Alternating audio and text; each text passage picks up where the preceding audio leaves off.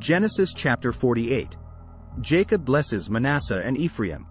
One day not long after this, word came to Joseph, "Your father is failing rapidly." So Joseph went to visit his father, and he took with him his 2 sons, Manasseh and Ephraim. When Joseph arrived, Jacob was told, "Your son Joseph has come to see you."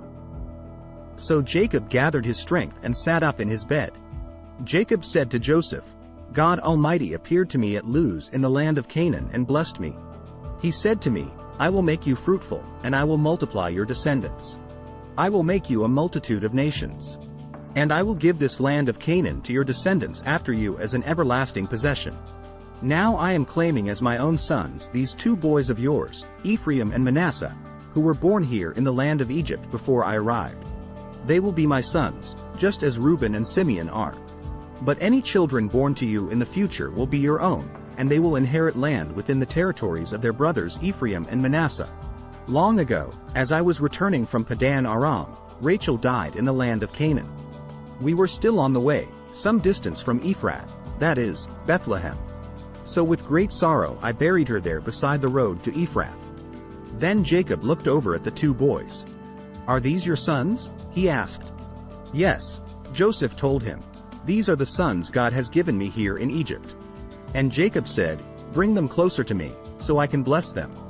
Jacob was half blind because of his age and could hardly see.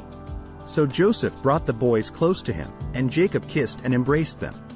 Then Jacob said to Joseph, "I never thought I would see your face again, but now God has let me see your children, too." Joseph moved the boys, who were at their grandfather's knees, and he bowed with his face to the ground. Then he positioned the boys in front of Jacob.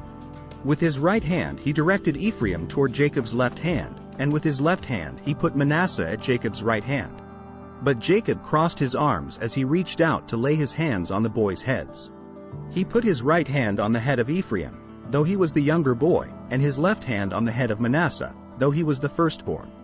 Then he blessed Joseph and said, "May the God before whom my grandfather Abraham and my father Isaac walked, the God who has been my shepherd all my life, to this very day, the angel who has redeemed me from all harm, may he bless these boys.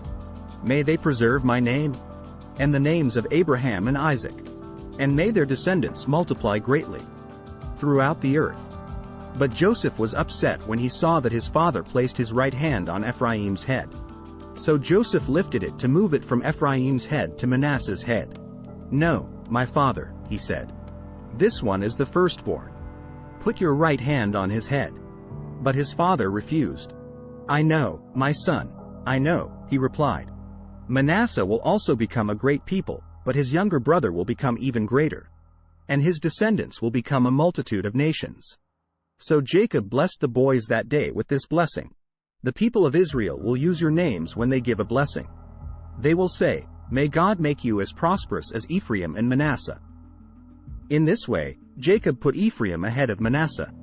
Then Jacob said to Joseph, "Look, I am about to die, but God will be with you and will take you back to Canaan, the land of your ancestors.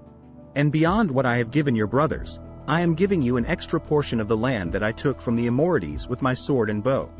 Thanks for watching.